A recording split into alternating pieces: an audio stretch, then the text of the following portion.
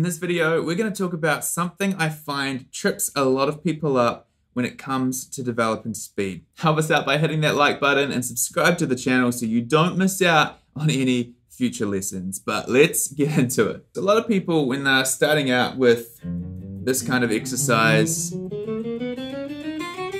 or maybe they're playing some scales, they inevitably want to get faster. But a lot of the time, when they're playing, their playing sounds more like this than this. There are these gaps between the notes that are being played. And so what they will do is they'll work on their speed, they'll get faster, but the gaps will still be there. They'll just be smaller. That's faster, but there's still gaps.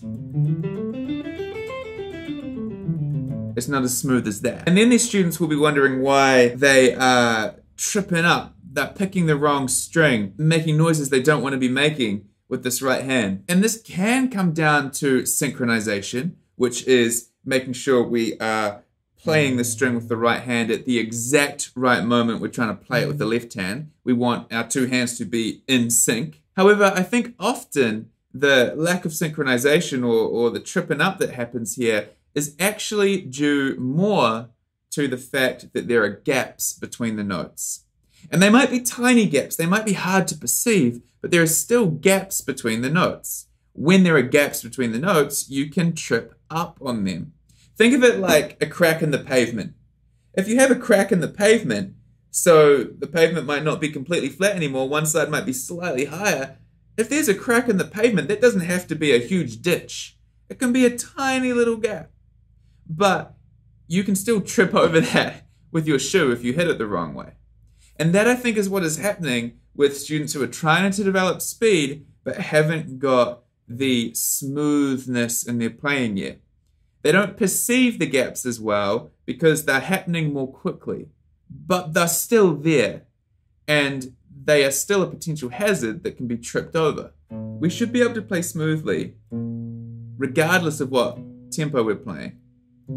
If we can't play smoothly slowly, we won't be able to play smoothly quickly.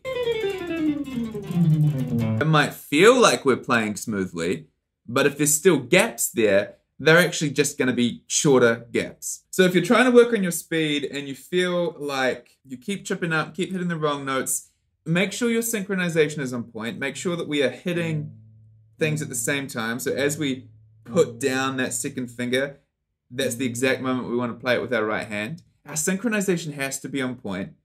But also ask yourself, are you playing as smoothly as possible? Are there any gaps in the sound?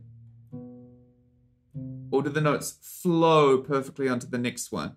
Because if there are gaps, doesn't matter how small they are, they're a potential tripping hazard, and that could be what's messing you up when you're trying to play fast. One thing that you can keep in mind to try and play smoothly is this idea that we want to transfer the pressure between our fingers. It's not like we're playing one finger, then another, then another. We want to transfer that pressure from our first finger to our second finger as it comes over, then to our third finger, back to our first finger. Transferring the pressure rather than hitting one note at a time. Because remember, if we can't play smoothly slowly, we're not going to be able to play smoothly quickly.